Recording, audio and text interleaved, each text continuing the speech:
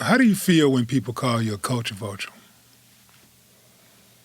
The same as someone calling me a honky or a redneck or a cracker. It's just another version of that. Willie D Live. Yeah. I asked that question, obviously, because, I see it a lot. I'm a subscriber to your channel. I've never stopped. I never cancel. I don't know why. I guess if I would have really been thinking about it, I would have canceled my subscription to your channel.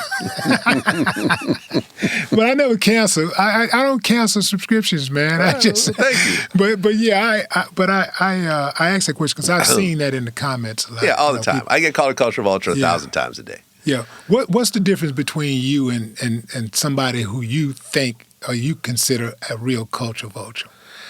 I think that's a real term.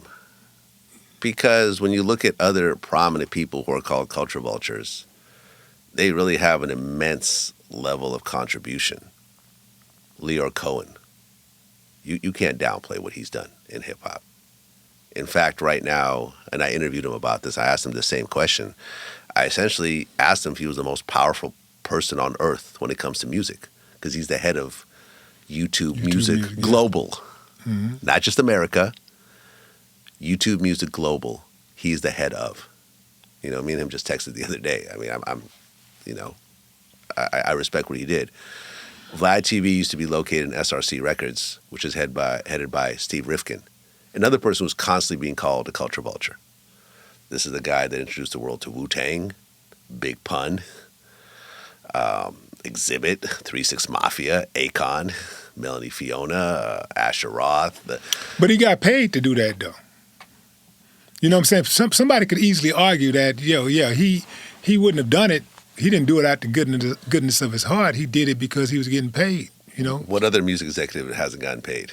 This was his job. But we're talking about people that have been... Lil J got paid. But we're talking about people that's being accused of being a culture vulture, though. Well, of course you're going to get paid for putting out products that millions of people are enamored by.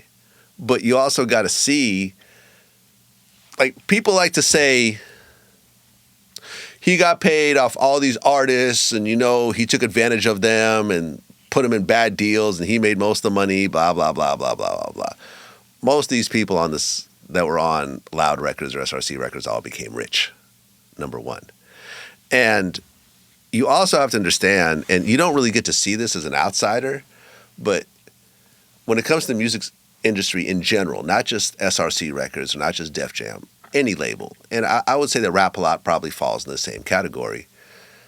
Yes, you have your superstar artists that break out, but for every one of those, there's 9 artists that the label invests hundreds of thousands of dollars into that end up losing 100% of their money. Am I right? I don't know if it's 9, but it's up there. It's a big number. Yeah. It's most. It's the majority. Majority of the time, when you take a new artist, I'm not talking about. Well, the big labels do. The big labels lose a lot. Like the smaller labels can't afford to lose. They can't afford, but they still lose. But they do. They still lose. Yeah, there are small labels that come out with 1-2 artists and then they go under. Like they never ever scratched the surface. Yeah, exactly. Yeah, and that's the thing. And you get to see how many artists Steve Rifkin had put money behind, hundreds of thousands of dollars, that went nowhere, that lost the entire amount of money, that never even sold one album. So, yeah, it's great that Wu-Tang blew up, but that wasn't a guarantee. It's great that Big Pun blew up, not a guarantee.